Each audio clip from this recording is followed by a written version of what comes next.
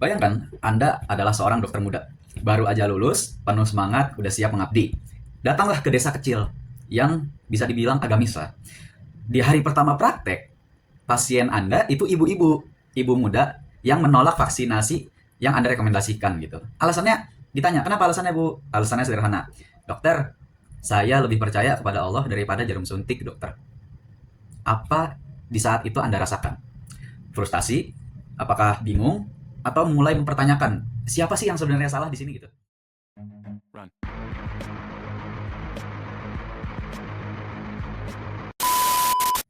Yang pertama, epistemologi. Dari mana kebenaran berasal?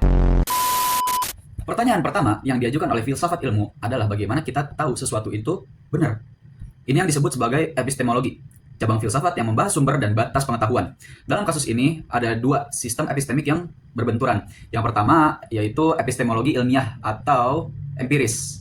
Dokter mendasarkan rekomendasinya pada bukti seperti uji klinis, data epidemiologi, dan konsensus media global. Vaksinasi bukan hanya sekadar pendapat, ia melewati proses verifikasi empiris yang panjang dan ketat.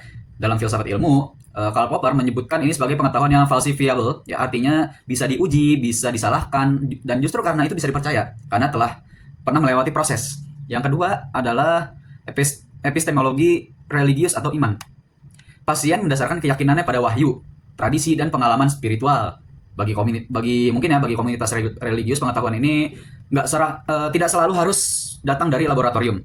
Al-Quran sendiri dalam surah Al-Baqarah ayat 286 menegaskan bahwa Allah tidak membebani seseorang melebihi kemampuannya.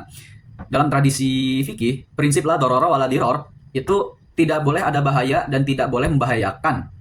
Justru menjadi dasar bahwa menjaga kesehatan itu wajib secara agama. Dan disinilah filsafat ilmu berperan kritis. Kedua sistem epistemik ini tidak harus saling membatalkan. Masalahnya bukan pada agama atau ilmu sainsnya. Masalahnya ada pada cara masing-masing pihak memahami batas wilayah pengetahuannya. Sains berbicara tentang mekanisme, bagaimana vaksin secara biologis itu bekerja. Agama berbicara tentang makna, kenapa kita harus menjaga tubuh sebagai amanah dari Tuhan. Keduanya bisa saling melengkapi, tapi bukan saling membenturkan atau menghancurkan. Yang kedua, ada ontologi. Apa yang sesungguhnya terjadi di sini? Setelah epistemologi, filsafat ilmu mengajak kita masuk ke ontologi. Tadi kan epistemologi udah ada dua. Nah, sekarang masuk ke ontologi. Pertanyaan tentang hakikat, realitas, dan esensi masalah yang terjadi dalam kasus ini. Mari kita tanya, apa sih sebenarnya yang terjadi dalam kasus ini? Kalau pada permukaan, ini kan kelihatan seperti konflik antara dokter dan pasien lah ya. Tapi kalau misalnya kita gali lebih dalam secara ontologis, ini adalah konflik antara dua konstruksi realitas yang berbeda tentang tubuh manusia.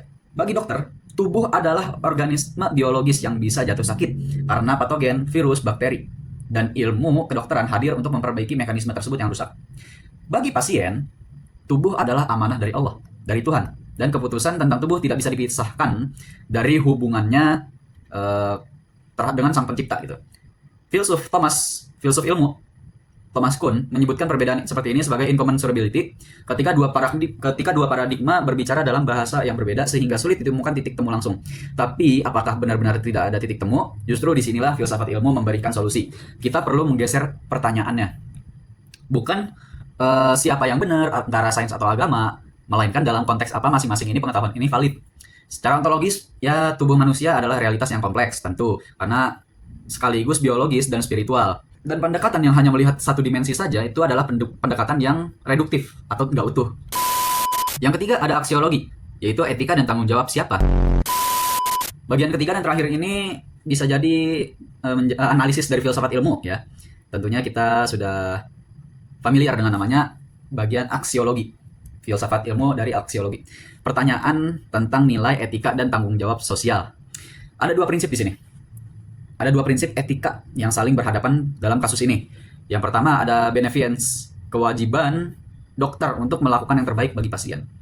Dokter tahu secara ilmiah ini vaksinasi ini melindungi pasien loh. Dia punya tanggung jawab moral untuk menyampaikan kebenaran medis ini. Ibu divaksin dulu nggak apa-apa karena ini sudah teruji secara klinis bahwasannya vaksin ini melindungi tubuh loh dari virus. Nah, yang kedua ada autonomi, yaitu hak pasien untuk menentukan keputusannya atas tubuhnya sendiri, termasuk keputusan yang berdasarkan keyakinan agama. Enggak deh dok, makasih saya percaya sama Allah aja bu, apa namanya dok, gitu. Nah ini di sini pertanyaannya muncul lagi dari dua prinsip etika tersebut mana yang lebih tinggi antara beneficence atau autonomi. Nah, filsafat ilmu ini tidak memberikan jawaban yang binary, ya, tapi filsafat ilmu menegaskan bahwa tanggung jawab etis ada di semua pihak. Nah, dokter bertanggung jawab untuk tidak sekadar memberikan informasi klinis, ya, tapi juga mengkomunikasikannya dengan bahasa yang bermakna bagi pasien. Artinya dokter perlu memahami konteks budaya dan agama komunitas yang dilayaninya.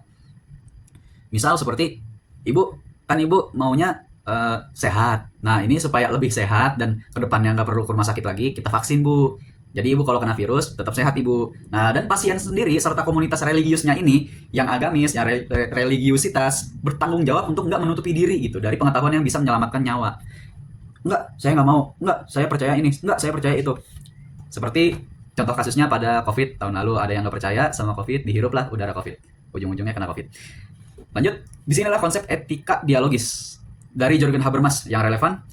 Bahwa kebenaran terbaik itu tidak ditemukan melalui monolog, melainkan melalui dialog yang jujur, setara, dan saling menghormati. Jadi dokter itu duduk bersama pasien, bukan buat menghakimi, tapi mendengarkan apa keluhan pasiennya, dan dokter menyarankan. Jadi apa yang bisa kita simpulkan dari penjabaran filsafat ilmu yang barusan? Yaitu filsafat ilmu bahwasannya mengajarkan kita bahwa ilmu pengetahuan dan keyakinan agama bukanlah dua musuh yang saling mengalahkan. Keduanya adalah sistem pengetahuan dengan domain, metode, dan otoritasnya masing-masing. Yang satu otoritasnya ada di sains, yang satu otoritasnya ada di agama. Nah, konflik bakal terjadi nih kalau salah satu, atau bisa jadi keduanya ya, melampaui batas wilayahnya dan mengklaim otoritas mutlak tuh ada di seluruh dimensi kehidupan manusia. Pendekatan filsafat yang sehat, filsafat ilmu yang sehat ini justru lebih mendorong ke yang pertama seperti epistemologi yang terbuka, yaitu mengakui bahwa ada berbagai sumber pengetahuan yang sah, gak cuma dari Al-Quran, gak cuma dari Alkitab, gak cuma dari uji klinis. Yang kedua, ada ontologi yang holistik, yaitu melihat manusia sebagai makhluk yang utuh, yaitu ada secara biologis, secara spiritual, dan secara psikologis. Nah, yang ketiga, itu ada aksiologi yang dialogis, yaitu membangun keputusan etis melalui percakapan yang jujur dan saling menghormati seperti musyawarah terlebih dahulu. Pak RT gimana nih? Ini secara klinis sudah teruji. Jadi kita antara dokter dan pasien harus bisa berkomunikasi, karena komunikasi adalah kunci. Dan dalam kasus dokter di desa kecil ini, solusinya bukan antara stetoskop atau sejadah.